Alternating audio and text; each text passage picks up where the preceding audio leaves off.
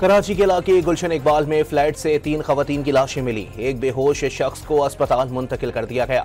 Police को जहरीली gas से अमवात का शुबहा। कराची में शारे फैसल पर कौम परस्त जमात के कारकुनान और पुलिस में फिर तसादुम। मुतबादिल रास्ते का कहने पर रैली के शुरका का पथाव। पुलिस की जानिब से आंसू गैस की शेलिंग और लाठीचार्ज। पाकिस्तान ने भारतीय वजीर खारजा का बयान बेबुनियाद और गैर जिम्मेदाराना करार दे दिया। मई जंग में पाक फौज ने पेशावराना महारत साबित की। भारतीय प्रोपेगेंडा हकाइक को मस्क नहीं कर सकता। तर्जुमान वजारत खारजा का बयान। भारत का पाकिस्तान के इदारों को बदनाम करने का रवैया नाकाबिले कबूल करार।